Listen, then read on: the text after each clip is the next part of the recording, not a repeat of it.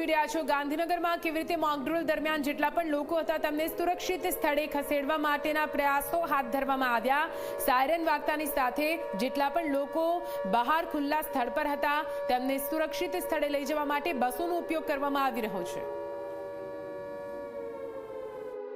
પહેલગામ આતંકવાદી હુમલા બાદ ભારત અને પાકિસ્તાન વચ્ચે તણાવ વધ્યો છે અને જો કટોકટીની પરિસ્થિતિ સર્જાય તો શું કરવું તે માટે મોકડ્રીલનું આયોજન સમગ્ર દેશમાં કરવામાં આવ્યું છે। આ દ્રશ્યો તમે જોઈ શકો છો ગાંધીનગરની ગિફ્ટ સિટી ખાતે કે જ્યાં સાયરન વાગતા જ જે લોકો પોતાના કાર્યસ્થળે અથવા તો પોતાના નિવાસસ્થાને હતા તે એસેમ્બલી પોઈન્ટ ખાતે એકઠા થયા છે। સાથે જ ઇમરજન્સી સર્વિસ જેવી કે ફાયર અને એમ્બ્યુલન્સ સહિતની જે સેવાઓ છે તે જ્યાં સાયરન વાગ્યું હતું જે એસેમ્બલી પોઈન્ટ હતો ત્યાં પહોંચી ચૂકી છે। જો કોઈ કટોકટીની પરિસ્થિતિ સર્જાય તો નાગરિકોએ આ સમયે શું કરવું, જો કોઈ જૂની અથવા તો એના કરતાં વધારે વિકટ કટોકટી પરિસ્થિતિ સર્જાય તો પોતાના જાનમાલનું રક્ષણ કઈ રીતે કરવું તેનું માર્ગદર્શન આપવા માટે આ મોકડ્રીલનું આયોજન કરવામાં આવ્યું હતું। આ દ્રશ્યો તમે જોઈ શકો છો કે સાયરન વાગતા જ ગાંધીનગર ફાયર બ્રિગેડની ટીમ ગિફ્ટ સિટી સ્થળે પહોંચી ચૂકી છે। જે લોકો એસેમ્બલી પોઈન્ટ ખાતે એકઠા થયા છે ત્યાં પહોંચી ચૂકી છે। સાથે જે એમ્બ્યુલન્સ છે જે 108 કહેવાય જે આરોગ્ય સેવા સાથે સંકળાયેલી છે, કારણ કે કટોકટીની પરિસ્થિતિ હોય તો કોઈને ઈજા થઈ હોય અથવા તો કોઈને વધારે પડતું વાગ્યું હોય અથવા તો બીજું કોઈ કેજ્યુઅલ્ટી થઈ હોય તો તેમને કઈ રીતે સારવાર આપવી, તેમને કઈ રીતે સલામત સ્થળે ખસેડવા તે માટેનું આયોજન કરવામાં આવે છે। દ્રશ્યો તમે જોઈ શકો છો કે ફાયર બ્રિગેડની ટીમ ઘટના સ્થળે પહોંચી ચૂકી છે, આરોગ્યની ટીમ ઘટના સ્થળે પહોંચી ચૂકી છે, વહીવટી તંત્ર ઘટના સ્થળે સજ્જ છે, પોલીસની ટીમ ઘટના સ્થળે પહોંચી ચૂકી છે। સાથે જ જે પણ વિભાગો આ મોકડ્રીલ સાથે જોડાયેલા હોય તેવા 12 જેટલા વિભાગના કર્મચારીઓ અધિકારીઓ ગિફ્ટ સિટી ખાતે પહોંચી ચૂક્યા છે અને જો કોઈ કટોકટીની સ્થિતિ સર્જાય તો શું કરવું તે લોકોને માર્ગદર્શન આપશે। આ દ્રશ્યો તમે જોઈ શકો છો કે પોલીસના જવાનો છે તે ખડે પગે દોડતા ઘટના સ્થળે આવે છે, કારણ કે સ્થિતિ એવી છે જે સાયરન વાગ્યું છે એ દર્શાવે છે કે ક્યાંક કોઈ કટોકટીની પરિસ્થિતિ સર્જાય છે। જો આ પરિસ્થિતિ સર્જાય હોય તો તેમાંથી કઈ રીતે લોકોને ઉગારવા, કઈ રીતે લોકોને સલામત સ્થળે લઈ જવા, જો કોઈને વાગ્યું હોય તો તેને હોસ્પિટલ કઈ રીતે લઈ જવા, જો કોઈ અહીંયા ફસાયેલા હોય તો તેમને અહીંથી બચાવીને બીજા સ્થળે કઈ રીતે લઈ જવા, તેમને કઈ રીતે સુરક્ષિત રાખવા, આ તમામ ઘટનાઓનું માર્ગદર્શન આપવા માટે મોકડ્રીલનું આયોજન કરવામાં આવ્યું હતું। આ દ્રશ્યો તમે જોઈ શકો છો ગિફ્ટ સિટી ખાતેના કે જ્યાં એસેમ્બલી પોઈન્ટ ખાતે જે લોકો એકઠા થયા છે ત્યાં વહીવટી તંત્ર ઉપરાંત આરોગ્ય ફાયર બ્રિગેડના જવાનો પહોંચી ચૂક્યા છે અને જે પણ કોઈ વ્યક્તિ અહીંયા કોઈ ફસાયેલો હોય તો તેને બચાવવાનું કામ તેઓ કરશે, તેને સલામત સ્થળે લઈ જવાનું કામ તેઓ કરશે। એટલે કે હાલ જે ભારત અને પાકિસ્તાન વચ્ચે તણાવભરી સ્થિતિ છે એમાં જો કોઈ સ્થિતિ સર્જાય તો તેવી સ્થિતિમાં શું કરવું તેનું સંપૂર્ણ માર્ગદર્શન આપવા માટેનું મોકડ્રીલનું આયોજન ગિફ્ટ સિટી ખાતે કરવામાં આવ્યું હતું।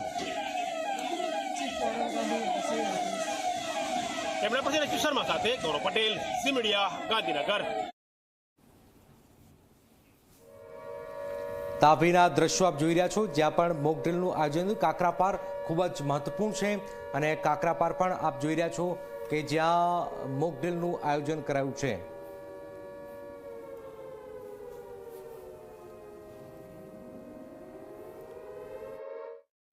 ભારત અને પાકિસ્તાન વચ્ચે જે યુદ્ધની પરિસ્થિતિ સર્જાય છે જેને લઈને જે દેશના 244 જિલ્લાઓ પૈકી ગુજરાતના 19 જિલ્લાઓમાં આજે મોકડ્રીલ થઈ રહ્યું છે। હાલ આપણે જે કાકરાપાર અણુમથક ટાઉનશીપમાં ઉભા છે જ્યાં હાલ જે સરકાર દ્વારા જે લોકોને જાગૃત કરવા માટે મોકડ્રીલ કરવામાં આવી છે। અમે સીધા દ્રશ્યમાં જોઈ શકો છો કે હાલ ફાયર વિભાગ, આરોગ્ય વિભાગથી માંડીને પોલીસ વિભાગ, તમામ વહીવટી અધિકારીઓ હાલ અહીંયા આવી ચૂક્યા છે।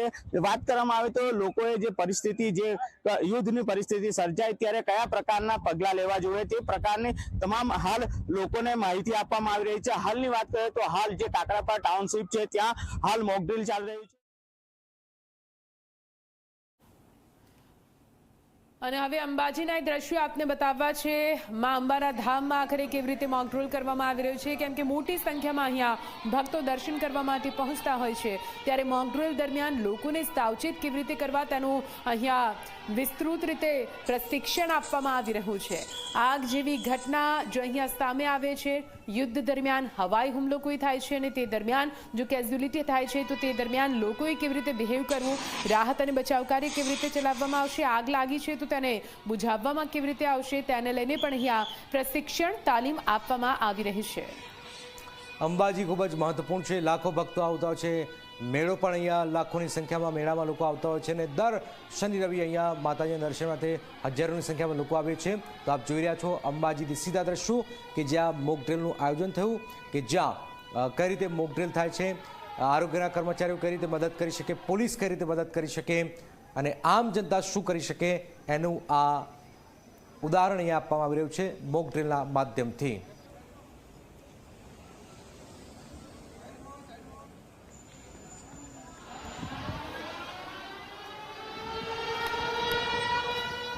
તો અંબાજીના ચાચર ચોકમાં જ્યાં મોક ડ્રીલનું આયોજન કરવામાં આવ્યું છે, જનક ચાચર ચોકમાં આમ તો લાખોની સંખ્યામાં ભક્તો દર્શન કરવા માટે લાઈનો લગાવીને ઊભા હોય છે, પરંતુ આજે અહીંયા મોક ડ્રીલનું આયોજન કરવામાં આવ્યું છે। જો કે મા અંબા ખુદ ભક્તોનું રક્ષણ કરતી જ હોય છે, પરંતુ છતાં પણ જો હવાઈ હુમલો થાય છે મંદિર પર કે મંદિરની આસપાસ, તો તે દરમિયાન આખરે લોકોએ કેવી રીતે બિહેવ કરવું તેનું પ્રશિક્ષણ।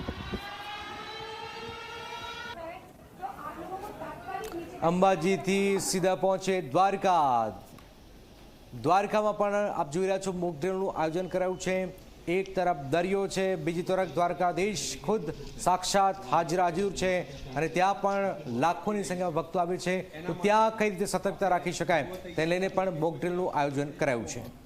એક રીતે દ્વારકા સંવેદનશીલ ચોક્કસથી કહી શકાય, કેમ કે દરિયા કિનારો છે અને ત્યાંથી જ ઘૂસણખોરીથી લઈને એક મોટો પડકાર બીએસએફ માટે પણ રહેલો હોય છે। તેવામાં જે સરહદી વિસ્તારમાં આવેલા તમામ જે જિલ્લાઓ છે ત્યાં તો મોક ડ્રીલની ખૂબ જ વધારે જરૂરિયાત, ત્યાંના લોકોને પણ જાગૃત કરવાની ખૂબ જ વધારે જરૂરિયાત છે અને તે જ પ્રમાણે અહીં મોક ડ્રીલનું આયોજન પણ કરાયું છે।